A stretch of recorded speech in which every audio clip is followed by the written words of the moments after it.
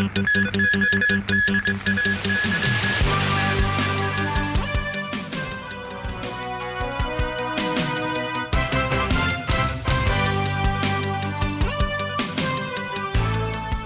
evening. A hospital authority investigation is now underway into how a 24-day-old baby girl fell out of an incubator at Kwang Wah Hospital earlier this month. As Evelina Leung reports, the family of the infant disputed a nurse's suggestion that the baby might have kicked open the door of the incubator. The incident happened here at Kwang Wah Hospital. The baby girl was admitted to hospital on April 26 due to respiratory problems. The infant was then put in an incubator for observation. On May 6, the hospital staff heard the baby crying and found her lying on the floor next to the incubator. The hospital told the baby's family afterwards that doctors had performed a CT scan and an X-ray on the child and did not find anything wrong with her. The hospital staff also reportedly told the family that the baby would be discharged if she was found to be fine after 48 hours. But the family refused. After a couple of days, doctors carried out an MRI scan and found the baby had suffered a small brain hemorrhage. The baby's father also said a nurse suggested that the baby might have kicked open the incubator's door and rolled out herself. He accused the hospital of trying to play down the incident. The box should be locked, and if without other people to open it, the baby is not strong enough to slip out. The lawmaker also revealed that the infant's family have filed a report with the police on the day of the incident. 2 weeks after that, during a meeting with hospital representatives, the family was told that the case had been closed. Undersecretary for Food and Health, Sophia Chan, said the government is very concerned. The hospital authority has put together an interdepartmental investigation committee to look into the case. Kwang Wah Hospital is expected to submit a report to the hospital authority within 8 weeks. Evelina Leung, TVB News.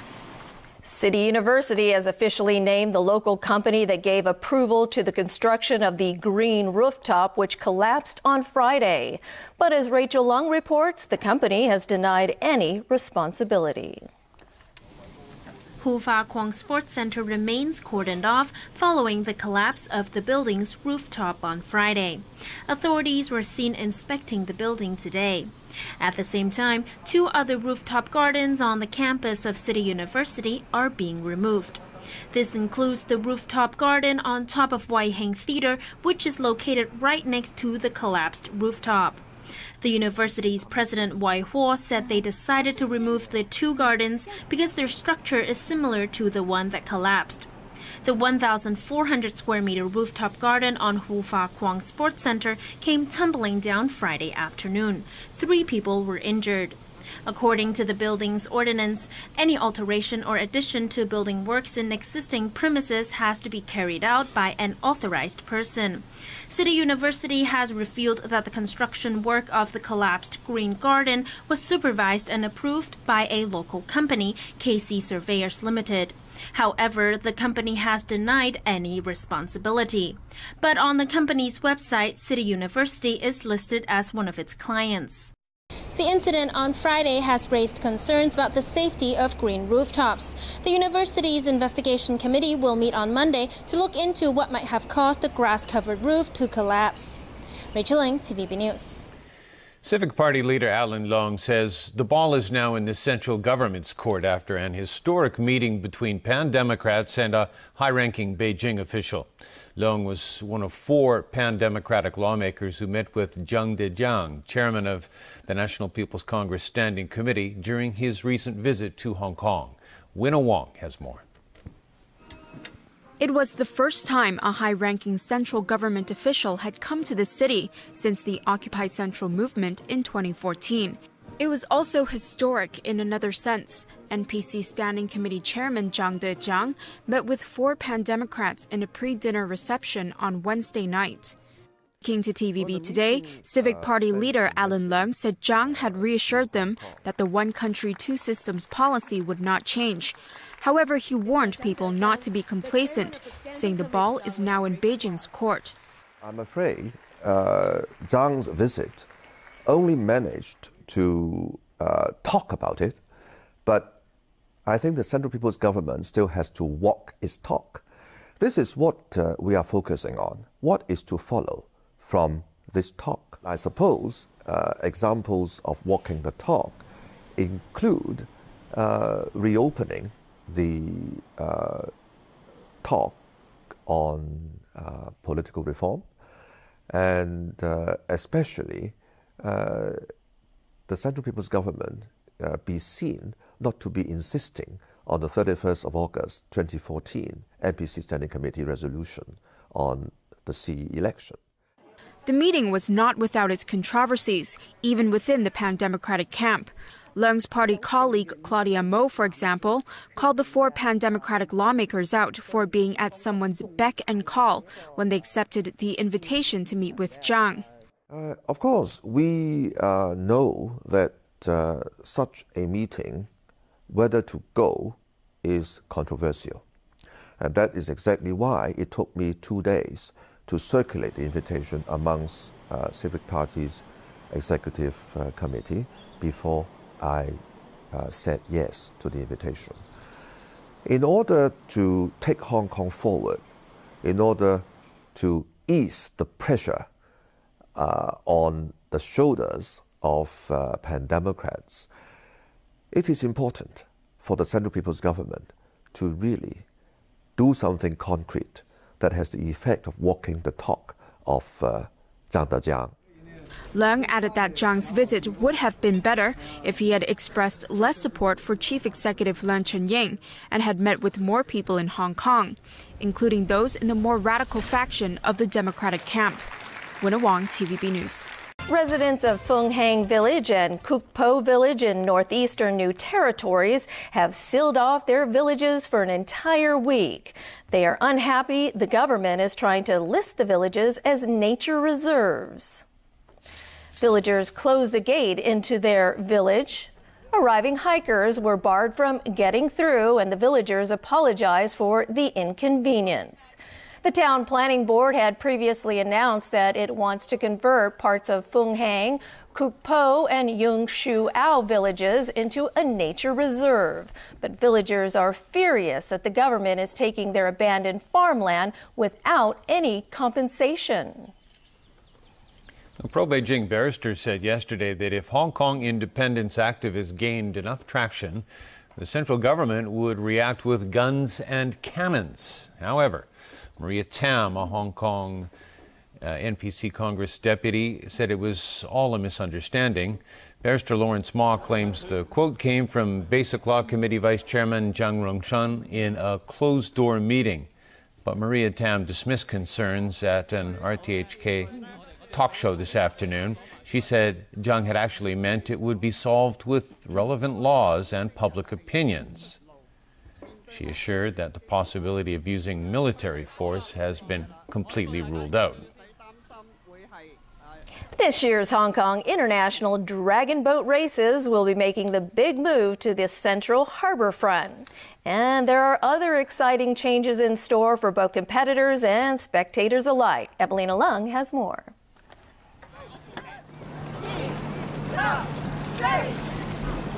2 weeks to go before the Hong Kong International Dragon Boat Races. The 3-day event will start on June 10th. Due to the ongoing construction at Tsim Sha Tsui East, the races have been moved to Central this year. The race courses have also been shortened, some by up to 100 meters. However, this doesn't make the competition any easier, according to the participants. Juliana Chan, captain of the City University Dragon Boat team, said a shorter course means it's harder for the team to catch up if its boat lags behind in the beginning. Meanwhile, the Hong Kong Tourism Board said the new location offers spectators more entertainment choices.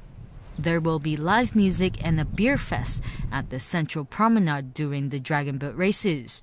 The Tourism Board expects a turnout of around 160,000 at the Dragon Boat Races this year. Evelyn Lang, TVB News.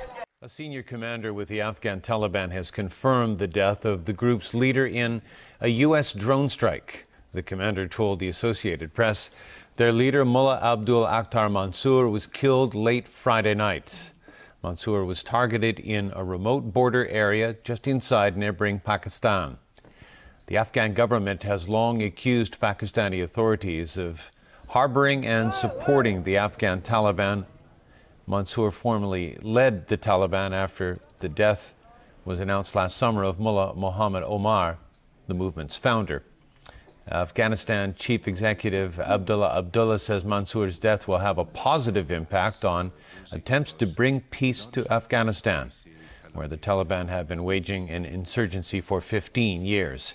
In Myanmar, U.S. Secretary of State John Kerry said Mansoor was directly opposed to peace negotiations and to the reconciliation process. Mansoor posed a continuing, imminent threat to U.S. personnel in Afghanistan, to Afghan civilians, Afghan security forces, and Resolute Support Coalition members across the country.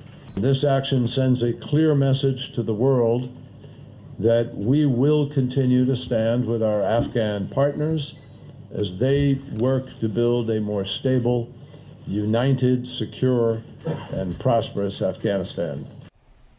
On to the investigation into that deadly Egypt Air plane crash. Experts say mounting evidence points to a sudden fire on board that led to the aircraft's demise over the Mediterranean Sea.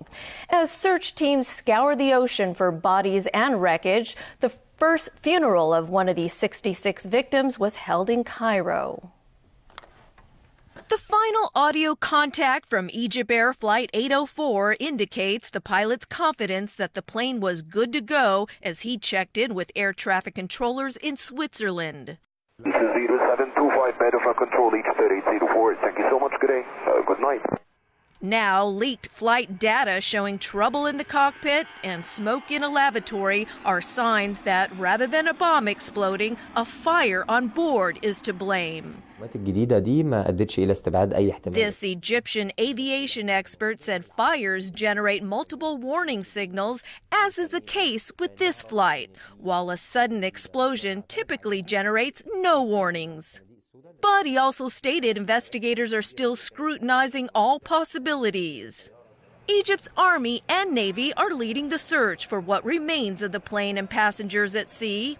Lending a helping hand to Egypt in its time of need are planes and vessels from France, the United States, and 4 other countries. That part of the Mediterranean Sea drops to a depth of 3,000 meters. That depth poses a challenge with locating the black boxes because it's barely enough to detect pings from its locator beacons. But Egyptian experts are confident they have the means to find the plane's 2 flight recorders. If it's shallow, divers could go bring it up. If it's in deep water, we use specific devices, among them submarines, for example. Because the ill-fated flight originated in Paris, the French foreign minister made clear the government is investigating every angle. In London, British Foreign Secretary Philip Hammond offered up the UK's help with the probe. In the meantime, we've offered help with the search. We've offered Air Accident Investigation Board to support the investigation when it gets going. This flight attendant was one of the victims in the crash. Hundreds of her family and friends gathered at a church in Cairo and vowed to remember Yara Tawfiq as a beautiful soul. Horse racing, and there will be no Triple Crown winner this year. Exaggerator won the Preakness Stakes in Maryland as Kentucky Derby winner Nyquist faded down the stretch. Ridden by Kent Desormeaux, Exaggerator went on to win by 3.5 lengths over Cherry Wine. Nyquist was third. Last year, American Pharoah became the first horse in almost 40 years to win America's 3 biggest races. The third leg of the Triple Crown is in 3 weeks at Belmont Park in New York. Now to an horrific crash during the Formula 3 race in Austria. American Ryan Tveder's car came to a stop after spinning out on the gravel. China's Li Jikong, unable to see the crippled vehicle because of all the dust, smashed into its rear and went airborne. Brazil's Pedro Piquet also slammed into Tveder. Li suffered multiple broken bones in his heel and 4 fractured vertebrae. The other 2 drivers were not seriously injured. And finally, a solar-powered airplane has landed in the U.S. state of Ohio on the latest leg of its around-the-world flight. Solar Impulse 2 took off from Tulsa in Oklahoma early Saturday and landed 17 hours later in Dayton. That's where inventors and aviation pioneers Wilbur and Orville Wright grew up. It was the 12th leg of a bid by the plane's pilots to fly around the globe without a drop of fuel. The Swiss-made Solar Impulse 2 will stay in Dayton until early next week. A spokesman for the crew says the exact takeoff time for the plane to resume its journey will not be known until 24 hours in advance. The aircraft is expected to make at least one more stop in the United States, namely New York, before crossing the Atlantic Ocean to Europe or North Africa. Its final destination is Abu Dhabi, where the historic bid began in March last year. And that is an exciting wrap of our news. Good night.